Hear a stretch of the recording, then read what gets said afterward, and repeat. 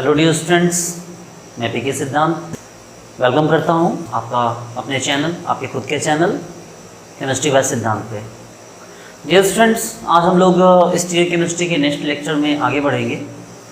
हमने इसके पीछे के सारे लेक्चर्स में स्टीरियो आइसोमेरिज्म को बहुत अच्छे से कवर किया है। आज एक सीक्रेट मैं आपके सामने रिवील करने वाला हूँ, एक सीक्रेट एक्सपोज करने वाला हूँ। उसका यहाँ से लेना देना है। भले से आगे पढ़ते हैं, लेकिन इसे यहीं पर आप सीख लें तो बेटर होगा। जीरेड अनजीरेड, ठीक है, नाम सुना होगा आपने। कुछ लोग इसे जीराड अनजीराड ही बोलते हैं, पता नहीं क्या क्या बोलते हैं, लेकिन ये जीरेड और अनजीरेड होता है। ठीक है, देखिए जीरेड कौन है, कौन होता है जीरेड? Where centre of symmetry comes. जब सेंटर ऑफ सिमेट्री आती है तो वहां जीरेड आता है, जिसको हम जी से करते हैं। और जहां सेंटर ऑफ सिमेट्री नहीं आती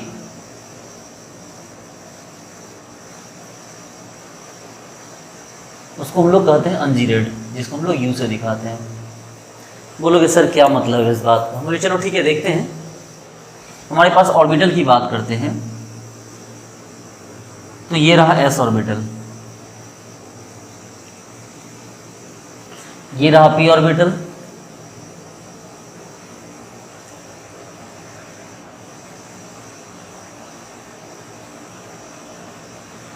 ये रहा डी ऑर्बिटल, और ये रहा एफ ऑर्बिटल। एफ ऑर्बिटल खैर बहुत सारे टाइप होते हैं।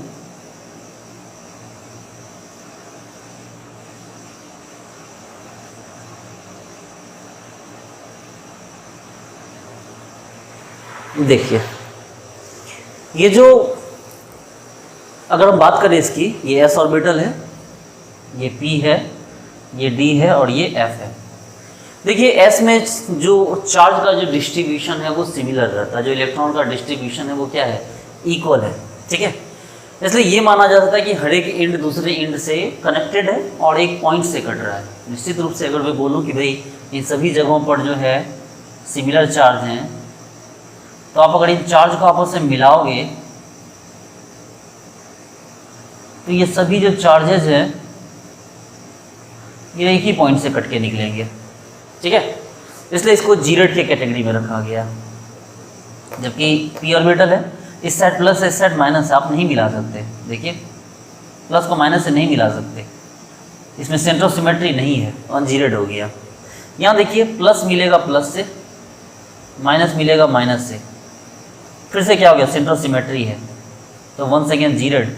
लेकिन यहाँ फिर वही problem, plus minus plus minus plus minus, plus minus से मिलता ही नहीं है, तो सेंटर ऑफ सिमेट्री नहीं आया तो क्या हो गया, अनजीरेड। चलिए देखिए, जैसे हम बनाते हैं सिग्मा,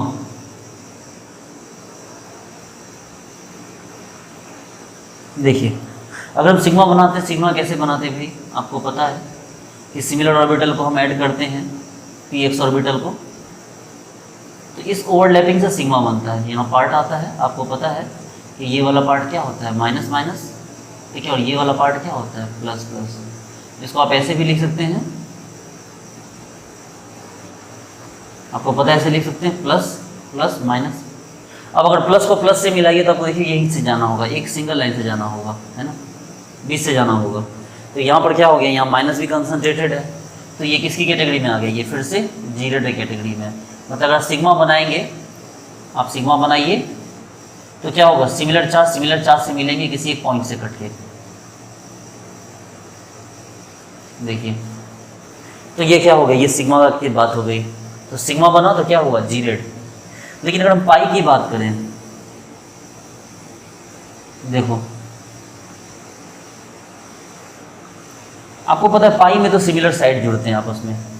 अगर ये प्लस है तो प्लस से जुड़ेगा, माइनस है तो माइनस से जुड़ेगा, तो क्या हो गया भाई, देखिए यहाँ प्लस प्लस से ऐसे मिल रहा है, माइनस माइनस से ऐसे मिल रहा है, कोई पॉइंट नहीं आ रहा है। तो हमने सिग्मा की बात की तो सिग्मा फिर से क्या हो गया, जीरेड। लेकिन पाई की बात की तो पाई में कोई भी सेंटर सिमेट्री नहीं आ रहा। देखिए प्लस माइनस से नहीं मिलेगा, प्लस माइनस से मिलेगा, प्लस प्लस से मिलेगा, माइनस माइनस से मिलेगा, तो जो पाई हुआ वो क्या हो गया, अनजीरेड। चलिए अब बात करते हैं सिग्मा स्टार की।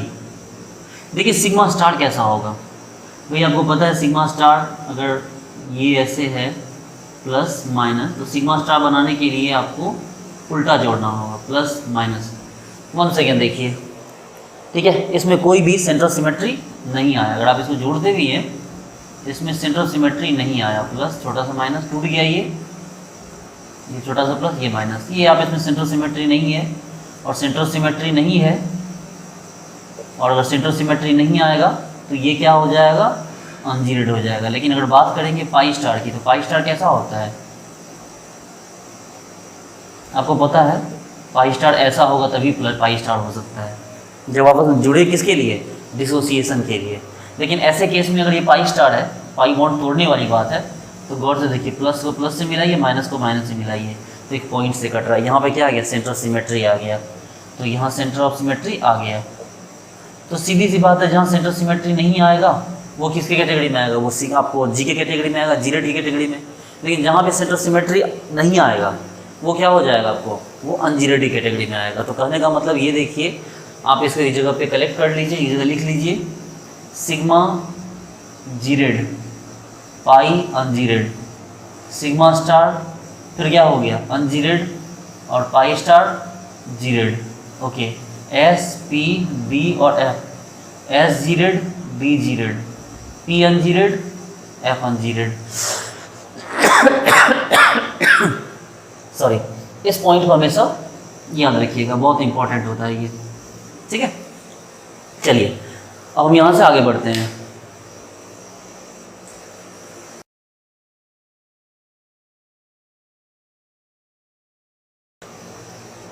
चलिए वापस बात करते हैं इनैंसियोमर्स एंड डायस्ट्रियोमर्स की। देखिए आपको पता है कि इनैंसियोमर्स क्या होता है, इनैंसियोमर्स मिरर इमेज होते हैं, डायस्ट्रियोमर्स मिरर इमेज नहीं होते हैं। चलिए एक एग्जांपल लेते हैं, जैसे कि हमारे पास ये रहा C डबल बॉन्ड OH, और ये रहा आपको CH2OH, OH OH H H। इसका मिरर इमेज कैसा होगा, C double bond OH, CH2OH, OH OH H H, ठीक है। इसकी बात करें तो देखिए RS कन्फिगरेशन मैंने आपको निकालना सिखाया था, खैर वो भी करते हैं। चलिए एक को पलट दीजिए, किसी भी एक को पलटिए,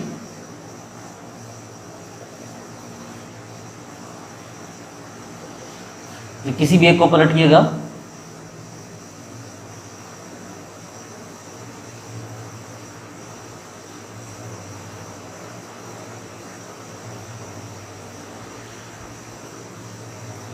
ये देखिए, ठीक है।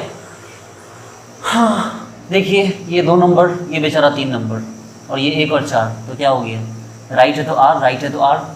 यहाँ देखिए लेफ्ट है तो S, लेफ्ट है तो S, यहाँ ये राइट है तो R, लेफ्ट है तो S, यहाँ लेफ्ट है तो S, राइट है तो R। आप इस तरह से विदिन सेकेंड्स, मेरे बताए हुए तरीके से आप RS कन्फिगरेशन विदिन सेकेंड्स आप निकाल सकते हैं। देखिए ये दोनों इनैंसियोमर्स हो गए, ये भी दोनों इनैंसियोमर्स हो गए, लेकिन ये और ये क्या हो गया आपस में, डायस्ट्रियोमर्स हो गए। देखिए इनैंसियोमर्स और डायस्ट्रियोमर्स की अगर हम बात करें तो आपके सामने दिख रहा है कि जो मिरर इमेज होते हैं, एग्जैक्टली जो मिरर इमेज होंगे of same molecular formula are called enantiomers. अगर सिंपल लैंग्वेज में बात की जाए तो मिरर इमेज, हालांकि इतना कहना ही काफ़ी है, mirror image of a molecule, of a molecule is called its enantiomer. अगर इन शॉर्ट बात की जाए, लंबी चौड़ी बात करने में तो लंबा चौड़ा डेफिनेशन भी है मेरे पास, इसकी कोई ज़रूरत नहीं है। जो मिरर इमेज हो गया वो इनैंसियोमर्स कहलाता है, और डायस्ट्रियोमर्स क्या है, जो मिरर इमेज नहीं है। तो नॉन मिरर इमेज या no mirror image of each other for a similar molecular formula, ठीक है, कि no mirror image of each other for similar molecular formula. देखिए ये दोनों मिरर इमेज है, लेकिन इसी फॉर्मूले के लिए दोनों मिरर इमेज नहीं है, इसी फॉर्मूले की ये दोनों नहीं, इसलिए फॉर्मूले की ये दोनों नहीं है। इसी फॉर्मूले के लिए ये दोनों मिरर इमेज नहीं है। तो जो मिरर इमेज नहीं है वो क्या हो गया, डायस्टेरियोमर्स, और जो मिरर इमेज होते हैं वो क्या होते हैं, इनैंसियोमर्स। और इसके अलावा हमने पढ़ा था मेसोमर। क्या पढ़ा था मेसोमर की, जब कोई स्ट्रक्चर बीचों बीच कट जाए तो उसको क्या बोलते थे, मेसोमर। चलिए छोड़िए, हटाइए इस बात को, मेसोमर को पढ़ चुके हैं इसके बारे में। हम बात करते हैं इसकी प्रॉपर्टीज़ के बारे में। हम बात करते हैं इसकी प्रॉपर्टीज़ के बारे में। देखिए इसकी प्रॉपर्टीज दो तरह की होती हैं। फिलहाल हम इनैंसियोमर्स के बारे में बात करेंगे, ठीक है। एक तो होती है केमिकल प्रॉपर्टी और दूसरी है फिजिकल प्रॉपर्टीज, ठीक है। एक क्या है केमिकल प्रॉपर्टी, दूसरा कौन है फिजिकल प्रॉपर्टी। देखिए इनैंसियोमर्स की केमिकल प्रॉपर्टीज की बात हम बाद में करें, पहले फिजिकल प्रॉपर्टीज की बात करते हैं। लगभग सभी सेम होते हैं, ऑलमोस्ट ऑल फिजिकल प्रॉपर्टीज, लगभग सभी physical properties like boiling point, melting point, solubility, refractive index, ETC, ये सभी क्या होंगे, सिमिलर होंगे। तो अलग क्या होगा, तो अलग होगा rotation around PPL, plane polarised light. मतलब कि अगर इनैंसियोमर साथ में होंगे तो जब उससे प्लेन पोलराइज्ड लाइट को पास करवाया जाएगा, आपने पढ़ा है कि प्लेन पोलराइज्ड लाइट ऐसा होता है, बिल्कुल नॉर्मल लाइट सोर्स को एक निकोल प्रिज्म से गुजारते हैं तो वो क्या हो जाता है, वो प्लेन पोलराइज्ड लाइट बन जाता है। तो प्लेन पोलराइज्ड लाइट को जब इसमें पास करवाएंगे, इसमें ऑर्गेनिक कंपाउंड भरे होंगे, तो वो या तो लेफ्ट या तो राइट मूव करेगा। अगर लेफ्ट मूव करेगा तो कहलाएगा लीवो रोटेटरी, लीवो रोटेटरी, ठीक है, यानी कि माइनस। और अगर राइट मूव करेगा तो कहलाएगा डेक्स्ट्रो रोटेटरी, डेक्स्ट्रो रोटेटरी, जिसको हम लोग छोटी वाली DL कहते हैं, बड़ी वाली कैपिटल वाली नहीं, ठीक है। निगेटिव मूव करेगा निगेटिव डायरेक्शन में तो क्या कहलाएगा, मतलब आपको लीवो रोटेटरी कहलाएगा। पॉजिटिव डायरेक्शन में मूव करेगा तो क्या कहलाएगा, ये आपको पॉजिटिव, आपको डेक्स्ट्रो रोटेटरी कहलाएगा, ठीक है। तो उसी के बिहाफ पे ये जो हो गया, जो इनैंसियोमर्स होंगे, इनैंसियोमर्स इसके अंदर होंगे तो उसका boiling point, melting point, solubility, refractive index सब कुछ सेम होगा। फर्क क्या होगा फिर, बस इसका जो होगा, जो आपको rotation around plane polarised light इस तरफ होगा, दूसरे वाले का इस तरफ होगा, एक प्लस होगा तो एक माइनस होगा। चलिए इसके बारे में भी बात करेंगे हम, ठीक है, फिलहाल यहाँ नहीं। अब जहाँ तक बात करेंगे इसकी केमिकल प्रॉपर्टीज़ की, तो केमिकल प्रॉपर्टीज़ की अगर हम बात करें तो केमिकल प्रॉपर्टीज भी ऑलमोस्ट सेम होते हैं, ऑल आर सेम। अब बोले बड़े सर क्या बात कर रहे हैं सर आप, हमने हाँ भाई केमिकल प्रॉपर्टीज भी सेम होती है, बट डिपेंड करता है।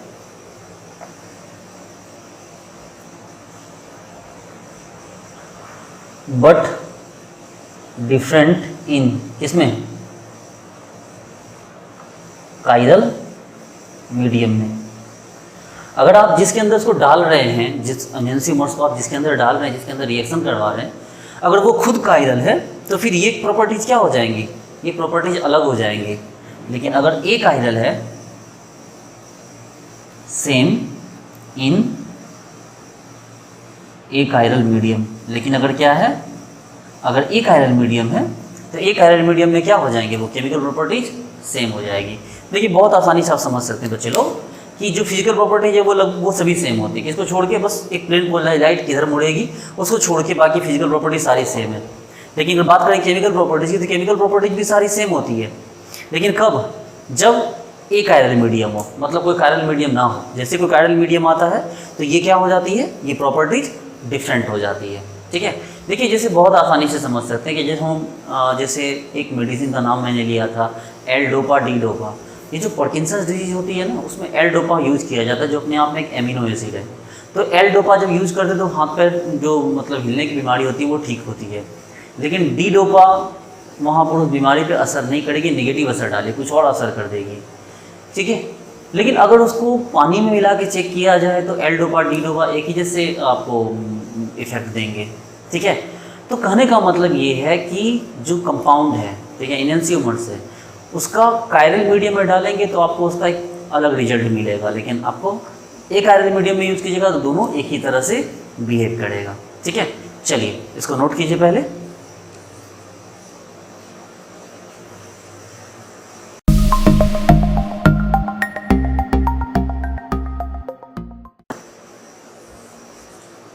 देखिए ये जितने भी केमिकल्स हैं आप चाहो तो देख सकते हो। ये वाला फॉर्म है, नाम आपको पता है एल डोपा, जबकि ये पता है कौन है आपको, डी डोपा। आप चाहो तो इसके आरएस कॉन्फ़िगरेशन चेक कर लो। देखो भाई ये 1 नंबर है, ये ऊपर 2 नंबर, नीचे 3 नंबर और ये 4। तो आपको मैंने क्या बताया, अगर 2 ऊपर 3 नीचे और ये लेफ्ट साइड है तो क्या हो गया ये एस, तो ये क्या हो गया आर, एल डोपा, और ये आर क्या हो गया आपको डी डोपा। देखिए ये जो मेडिसिन है, जो एल डोपा है, इसका यूज़ होता है हाथ पैर जो कांपते हैं ना, जिसको डिजीज़ कहते हैं पार्किंसंस डिजीज। आप जान सकते हैं, सर्च कर लीजिए पार्किंसंस डिजीज, पार्किंसंस जिसमें हाथ पैर कांपते हैं, उस बीमारी में एल डोपा मेडिसिन का यूज़ किया जाता है। लेकिन वहीं पर डी डोपा का यूज़ करने पे वो बीमारी ठीक नहीं होगी, उल्टे वो एक तरह से पॉइजन का काम करेगा। ठीक है, ये काम यहाँ पर नहीं करेगा, इसके साइड इफ़ेक्ट हो जाएंगे। ये हो गया थैलिडोमाइड। ठीक है, ये थैलिडोमाइड है, थैलिडोमाइड है। चलिए आरएस कॉन्फ़िगरेशन चेक कर लेते हैं। यहाँ पर देखिए हाइड्रोजन पीछे है, 1 नंबर दिया जाए इसको, क्योंकि नाइट्रोजन है 1 नंबर, दूसरा नंबर दिया जाए और कार्बन ऑक्सीजन है, तीसरा नंबर यहाँ रखा जाए, चौथा हाइड्रोजन। देखिए 1 2 3 1 2 3, ये तो ये आर हो गया। देखिए आप निकाल सकते हैं कौन सा कॉन्फ़िगरेशन हो गया आर, तो इसको हम कह सकते हैं आर थैलिडोमाइड। और ऑब्वियस सी बात इसका मिरर इमेज है तो ऐसे ही होगा चाहे, लेकिन चेक कर लेते हैं। 1 2 3 4, ये देखिए एस, और हाइड्रोजन पीछे है तो एस हो गया, तो ये क्या हो गया एस थैलिडोमाइड। अच्छा, कहीं आप तो ये तो नहीं सोचिए सर जब मिरर इमेज बनाया तो ये हाइड्रोजन पीछे, तो ये हाइड्रोजन आगे क्यों नहीं आया। अरे भाई मेरे, मिरर इमेज आप ऐसे बना रहे सामने रख के, जबकि ये हाइड्रोजन तो ऐसे है। अब अगर कोई चीज़ ऐसे होगी तो उसका मिरर इमेज बीच में रखोगे तो मिरर में भी तो पीछे ही दिखेगी ना। अगर कोई पीछे है तो मिरर भी तो ऐसे ही दिखेगा, थोड़ी वो आगे आ जाएगा। चलिए उस भ्रम में मत रहिए। हाँ ये पलटा ना, ये पूरा स्ट्रक्चर ऐसे था, अब वो स्ट्रक्चर ऐसे आ गया तो पलट तो गया। मिरर इमेज में कोई एक पलटता है, दोनों को थोड़ी पलट सकते हैं मिरर इमेज में। ये देखिए ये इस साइड से था डबल बॉन्ड, अभी डबल बॉन्ड इस साइड आ गया, जो इस साइड था अब वो इस साइड आ गया, तो पलट तो गया।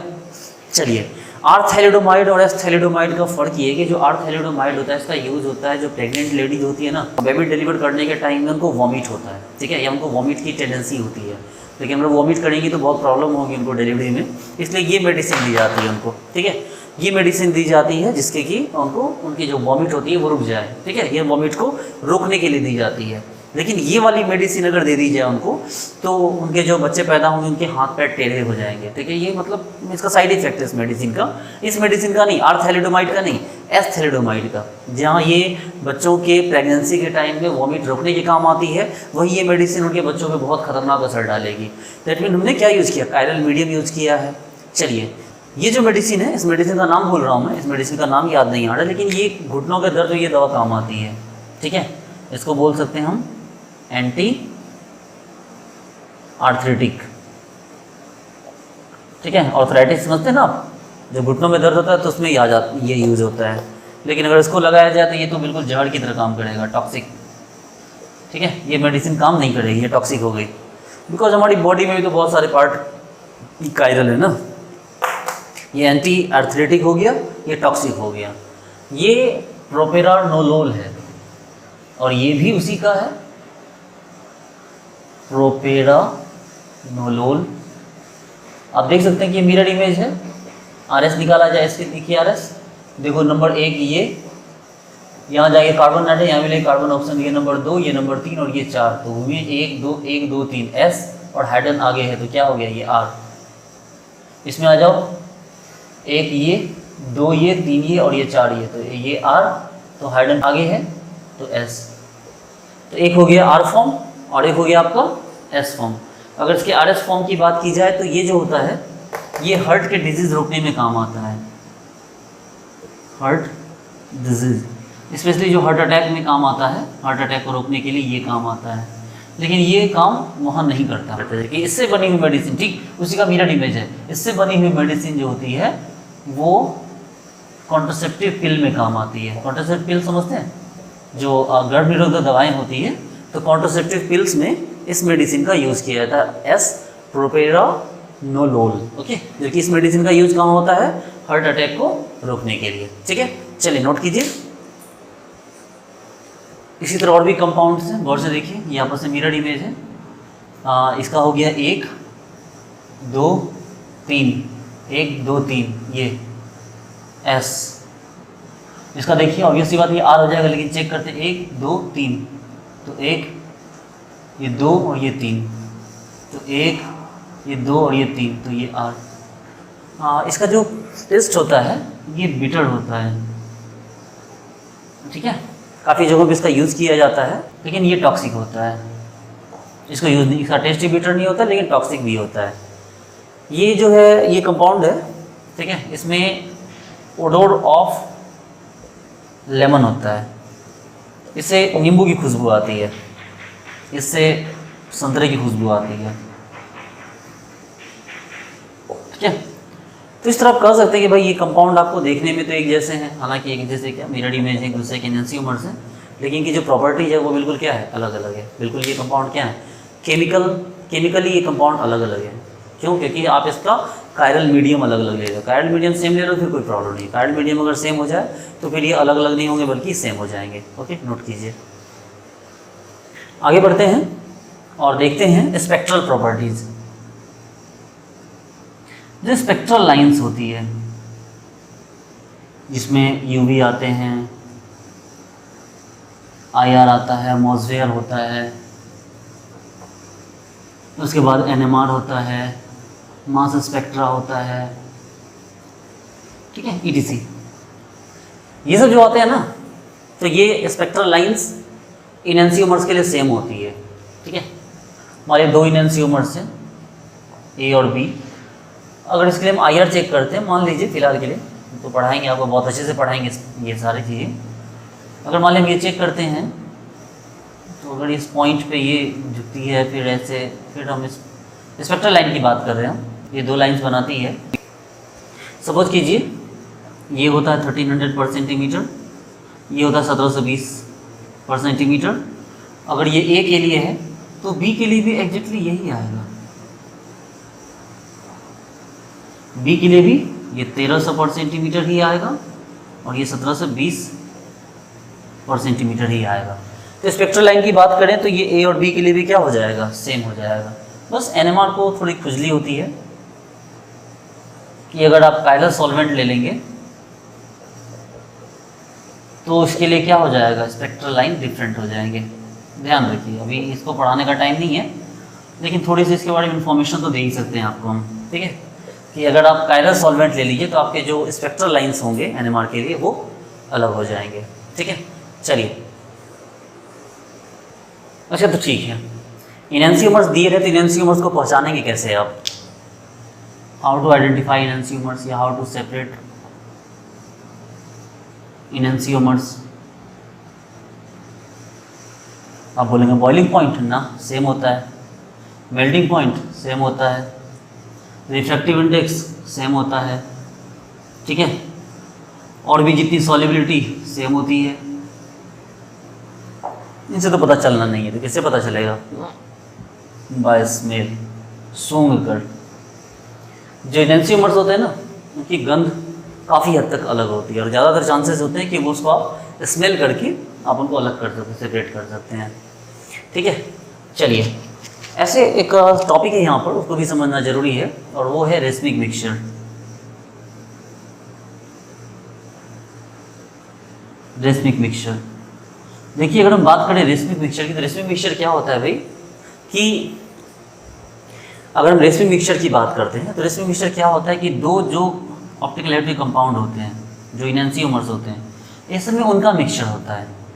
सपोज कीजिए हमने इसको DL से शो करेंगे या RS से शो कर सकते हैं इसको हम, ठीक है, या छोटी DL से भी कर सकते हैं। मान लो कि ये 40% हमने D लिया और 60% L लिया, तो होगा ये कि 40% D 40% L को कैंसिल कर देगा, यानी 40% D कैंसिल 40% L, तो बचा क्या? तो 20% L लेफ्ट।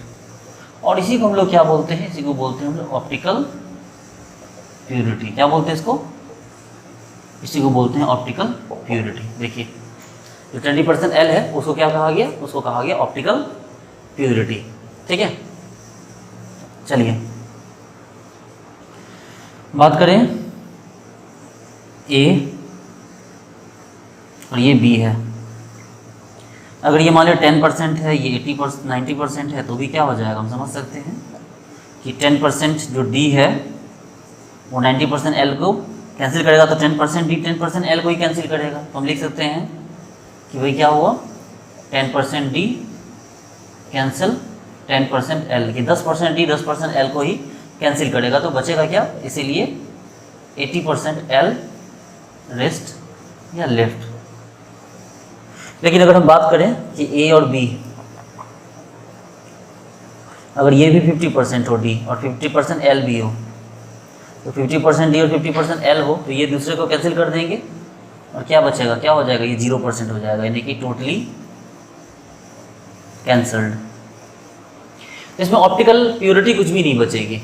ऑप्टिकल प्योरिटी ऐसे को हम लोग प्यार से बोलते हैं एक्सेस ऑफ इनैंसियोमर्स, वो कुछ भी नहीं बचेगा। ठीक है, ई एक्सेस ऑफ इनैंसियोमर्स, इसमें एक्सेस ऑफ इनैंसियोमर्स कितना बचा था, 80% एल, लेकिन यहाँ एक्सेस ऑफ इनैंसियोमर्स कितना बचेगा, 0%, यानी ऑप्टिकल प्योरिटी क्या होगा, 0। यानी इसका कहने का ये मतलब है कि ये पूरी तरह से ऑप्टिकली इनएक्टिव नहीं हुआ है। अगर दोनों का परसेंटेज अलग अलग हो तो ये पूरी तरह से ऑप्टिकली इनएक्टिव नहीं होता है। ये अभी भी क्या होता है, ये मिक्सचर है, ये अभी क्या है, ऑप्टिकली एक्टिव है ये मिक्सचर। इस मिक्सचर में 80% बचा हुआ है अभी, इसलिए ये मिक्सचर भी क्या है, ऑप्टिकली एक्टिव। लेकिन इसमें देखिए ये टोटली 50% कैंसिल हो चुके हैं, एक्सेस ऑफ इनैंसियोमर 0 हो चुका है। इसका मतलब ये है ये टोटली क्या हो गया आपको, ये ऑप्टिकली क्या हो गया, ये इनएक्टिव हो चुका है। ये जो मिक्सचर है, ये मिक्सचर टोटली क्या हो चुका है, ऑप्टिकली इनएक्टिव हो चुका है। तो ध्यान देने वाली बात यही होती है स्टूडेंट्स कि आप इस तरह से इनैंसियोमर्स को कैंसिल आउट करते जाएंगे, तो ये कैंसिल होते जाएंगे और क्या बन जाएंगे, तो ये इस तरह से बन जाएंगे। चलिए इनैंसियोमर्स के बारे में आपने जाना, अब बात करते हैं डायस्ट्रियोमर्स के बारे में। डायस्ट्रियोमर्स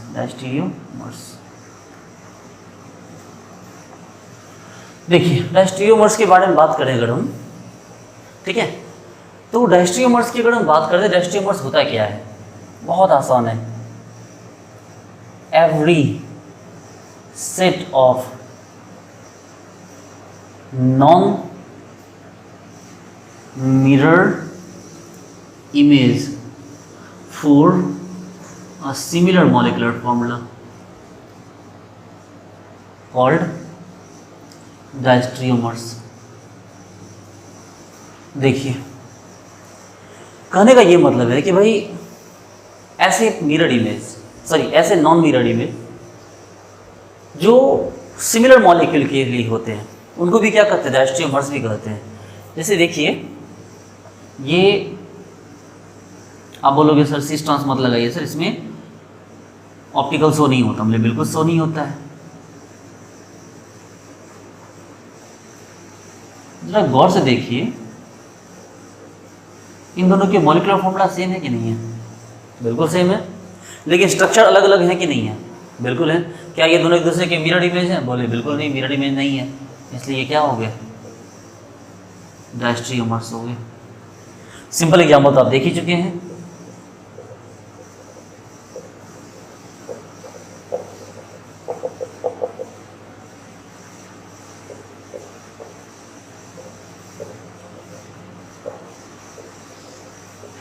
ये देखिए इस टाइप का एग्जाम्पल आप देख ही चुके हैं। ये क्या होता है आपस में, ये डायस्ट्रियोमर्स है ना।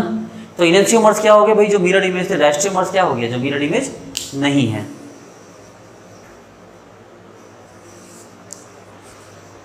और एग्जाम्पल देखिए डायस्ट्रियोमर्स के, ये देखिए क्लोरीन, ब्रोमीन, क्लोरीन, क्लोरीन, देखिए बिल्कुल अलग है ये दोनों आपस में, डायस्ट्रियोमर्स हैं।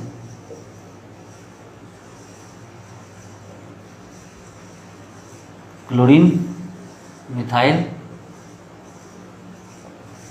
ये देखिए क्लोरीन मिथाइल। ठीक है, तो ये भी क्या हो गया, ये सभी डायस्टेरियोमर्स के ही केस में आ गए। हम आगे बात करें डायस्टेरियोमर्स के बारे में, तो समझने वाली बात यहाँ ये है कि जहाँ इनैंसियोमर्स की खासियत ये थी कि उनकी फिजिकल प्रॉपर्टीज लगभग सेम होती हैं, वहीं डायस्टेरियोमर्स की फिजिकल प्रॉपर्टीज बिल्कुल अलग अलग होती है।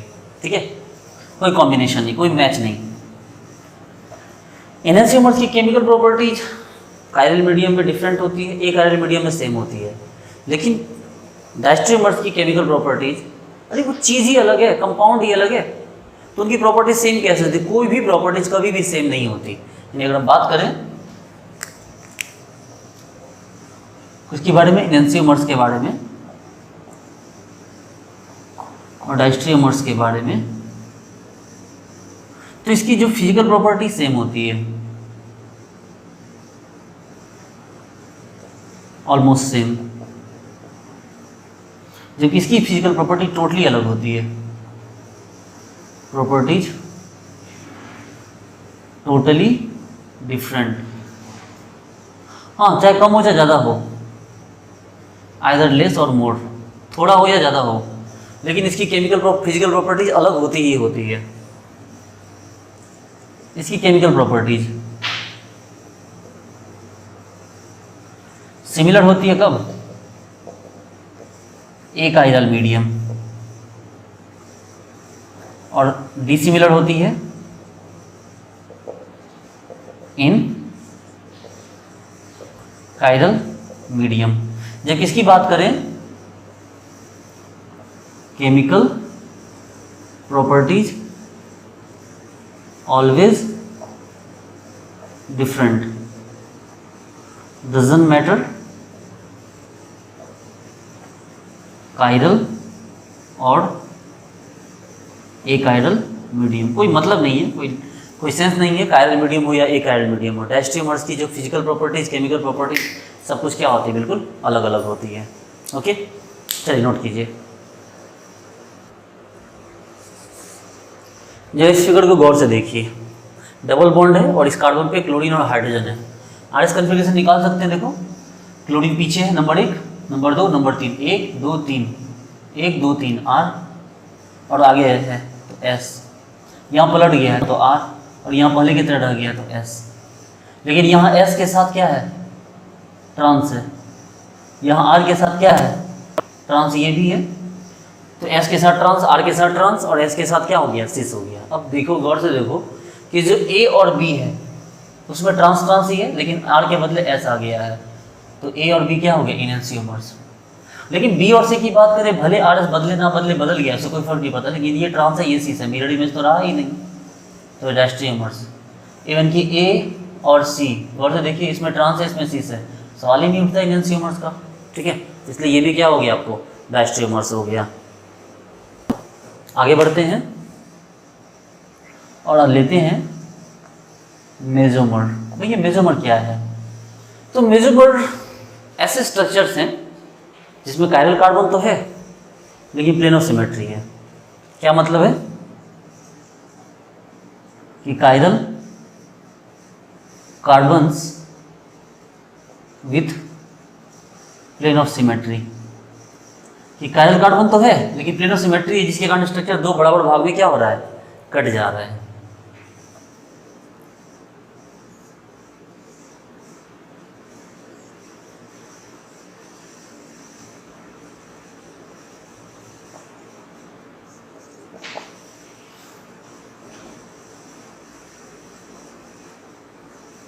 चलिए देखिए, 4 कायरल कार्बन है, ये दोनों हैं और ये दोनों कायरल कार्बन, और नहीं है, ये दोनों नहीं है, ये भी कायरल है, ये भी कायरल है। ठीक है, लेकिन क्या है भाई, आप इस स्ट्रक्चर को बीचों बीच कट कर सकते हैं। देखिए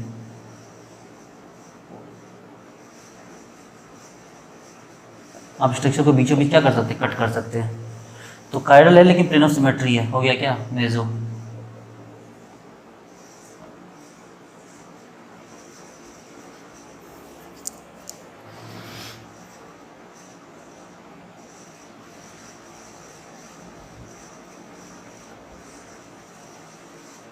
OH H देखिए कट सकता है बीचों बीच, तो मैं आपको सी स्टार 2 है लेकिन प्लेन ऑफ सिमेट्री है, तो क्या हो गया, ठीक है।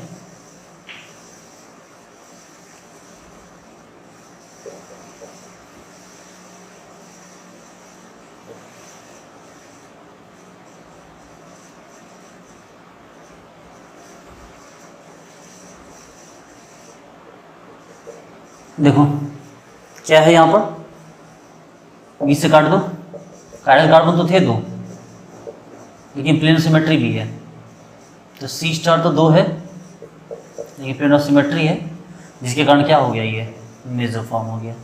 ये जो मेजो होता है ये हमेशा क्या होता है, ऑप्टिकली इनएक्टिव होता है, ठीक है।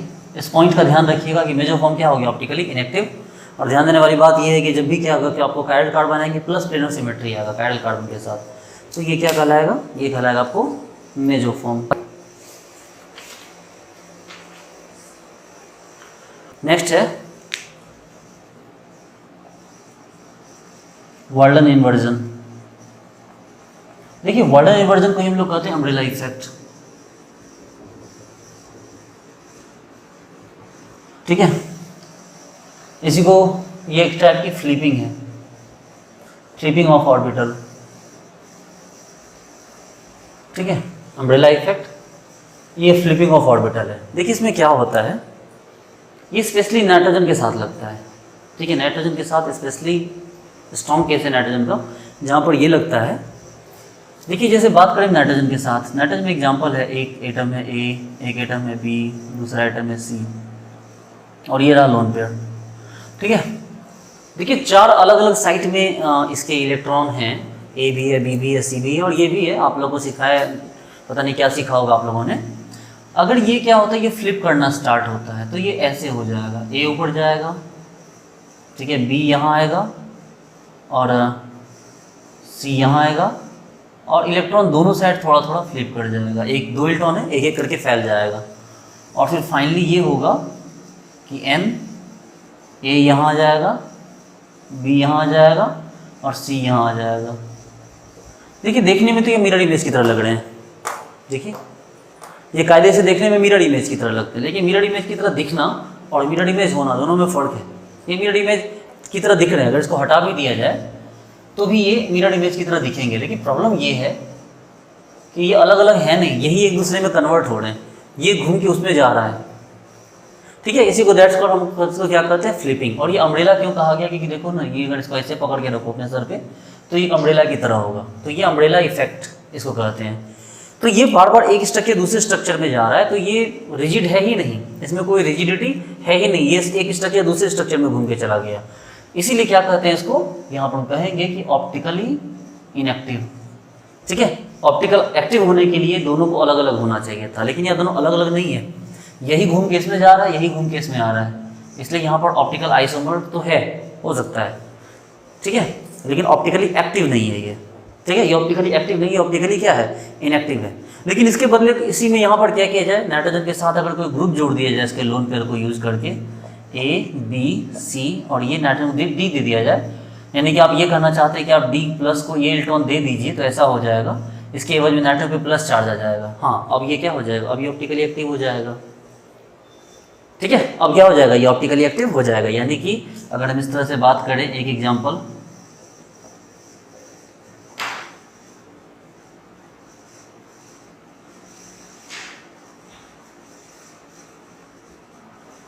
ये देखिए, ये ऑप्टिकली क्या है, ऑप्टिकली एक्टिव है, ठीक है। ये क्या हो गया, ये ऑप्टिकली एक्टिव हो गया, क्योंकि आप इसको ये दूसरे फॉर्म में स्ट्रक्चर में रोटेट नहीं करेगा, आप इसका मिरर इमेज बनाओगे तो प्रॉपर वाला एक मिरर इमेज बनेगा आपका, ठीक है। हाँ, इसमें भी अप डाउन है, वेजन डैश प्रोजेक्शन आपका बनेगा, ये प्रोजेक्शन पूरी तरह सही नहीं है, ये प्रोजेक्शन इसमें वेजन डैश बनाना पड़ेगा आपको इस तरह से, तब जाके ये सही बनेगी। वेजन आपको एक आगे जाएगा, एक पीछे जाएगा, इस तरह से आपको दिखाना होगा, उसके लिए परेशान मत होइए आप। लेकिन अगर इसी नाइट्रोजन के इलेक्ट्रॉन को बांध दिया जाए, ये देखो, क्लोरीन, ब्रोमीन और ये देखो, अब हमने नाइट्रोजन के इलेक्ट्रॉन को बांध दिया कि अब ये फ्लिपिंग नहीं कर सकता, देखिए लोन पेयर तो है लेकिन ये फ्लिपिंग नहीं कर सकता, फ्लिप नहीं हो सकता, तो अब ये क्या हो जाएगा, अब ये ऑप्टिकली एक्टिव हो जाएगा। ये जस्ट लाइक ऐसा है, ये नाइट्रोजन तक ही था, फॉस्फोरस वगैरह, फॉस्फोरस हो गए, सल्फर हो गए, इतने भारी होते हैं ना कि ये फ्लिप नहीं करते। Chlorine, bromine, methyl lone pair होने के बावजूद भी ऑप्टिकली एक्टिव होगा, क्योंकि नाइट्रोजन छोटा सा हल्का सा होता है, इसमें फ्लिपिंग हो जाती है, जबकि फॉस्फोरस वगैरह में फ्लिपिंग नहीं होती है। ये देखो सल्फर है, डबल बॉन्ड OH NH2 और ये लोन पेयर है, उसके बावजूद भी देखो ये ऑप्टिकली एक्टिव है। ठीक है, तो ये लोन पेयर नाइट्रोजन को डिस्टर्ब करता है, फॉस्फोरस या सल्फर वगैरह को नहीं करता, तो उस केस में ऑप्टिकली एक्टिव हो जाएगा। हाँ, नाइट्रोजन का इलेक्ट्रॉन में अगर फ्लिपिंग रोक दी जाए, इसको बांध दिया जाए ताकि इसकी फ्लिपिंग ना हो सके, तो ऐसे केस में ये भी क्या हो जाएगा, ये भी ऑप्टिकली एक्टिव हो जाएगा। सिर्फ इस टाइप का केस जिसमें लोन पेयर छुट्टे हो वो ऑप्टिकली इनएक्टिव होता है। बाकी ऐसा कोई भी केस जिसमें लोन पेयर छुट्टा ना हो, लोन पेयर बंधा हुआ हो, और बाकी या तो फॉस्फोरस सल्फर वगैरह हो, उसका इलेक्ट्रॉन अगर बंधा हुआ ना भी हो, फ्री इलेक्ट्रॉन अगर 2 इलेक्ट्रॉन का छुट्टा हो, लोन पेयर हो, तब भी वो क्या हो जाएगा, ऑप्टिकली एक्टिव की कैटेगरी में ही आएगा, वो ऑप्टिकली इनएक्टिव नहीं कहलाएगा। ठीक है, ये बहुत इंपॉर्टेंट है, इसको नोट कीजिए। एक एग्जांपल देखिए, ये N मिथाइल इथाइल, ये आइसोप्रोपाइल, इसके ऊपर लोन पेयर है, ऑब्वियस सी बात है ऑप्टिकली इनएक्टिव, लेकिन इस पर आप MCPBA दे दीजिए। ठीक है, क्या दे दीजिए आप इसके ऊपर, MCPBA दे दीजिए। अब अगर आप इसके ऊपर MCPBA दे देंगे तो ये क्या हो जाएगा, ये ऑक्सीडाइज हो जाएगा। ये H2O2 दे दीजिए, तो ये N, ये Me, ये Et आइसोप्रोपाइल, और ये O- और यहाँ N+। अब क्या हो जाएगा, ऑप्टिकली एक्टिव हो जाएगा।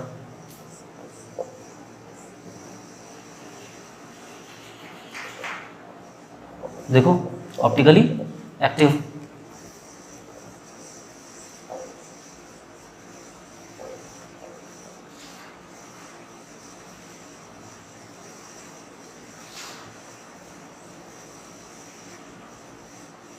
देखो ऑप्टिकली एक्टिव।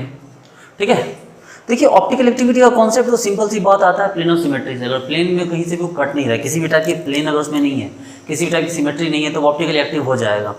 लेकिन बस वही है, जब फ्लिपिंग हो रही थी तो वो उसको भी धोखा दे रहा था। फ्लिपिंग के कारण वो एक स्ट्रक्चर दूसरे स्ट्रक्चर में खुद कन्वर्ट हो जा रहा था, जिसके कारण हम चाह के भी उसको अलग नहीं कर पाए, ऑप्टिकल एक्टिव नहीं हुआ, ऑप्टिकली इनएक्टिव हो गया। लेकिन जैसे हमने इस फ्लिपिंग को रोक दिया, वो ऑप्टिकली एक्टिव हो गया। और इसके अलावा और कोई एग्जाम्पल है, मान लो फॉस्फोरस है, फिर तो कोई प्रॉब्लम ही नहीं है। ये देखो मिथाइल, ये देखो ये लोन पेयर रहेगा भी तो कोई प्रॉब्लम नहीं, ये ऑप्टिकली एक्टिव ही रहेगा, ये ऑप्टिकली इनएक्टिव नहीं रहेगा। ठीक है, तो चलिए ये बहुत इंपॉर्टेंट पॉइंट था, इसको नोट कीजिए आप लोग। ओके डियर स्टूडेंट्स, तो हम नेक्स्ट टॉपिक में हम ये पढ़ेंगे, RS कन्फिग्रेशन पढ़ेंगे। हमारे पास बहुत सारे कंपाउंड्स हैं, RS कन्फिग्रेशन पढ़ना हमें एलिन सिस्टम में, तो अंसा कंपाउंड में हम RS पढ़ेंगे, बाईफिनाइल में, और भी कुछ ऐसे कैटेगरीज हैं जिनमें हम इम्पॉर्टेंट तरीके से पढ़ेंगे, और उससे JRF में या CSIR के UGC JRF CSI JRF से लेके आपको ITGM तक में बहुत ज़्यादा क्वेश्चन आते हैं।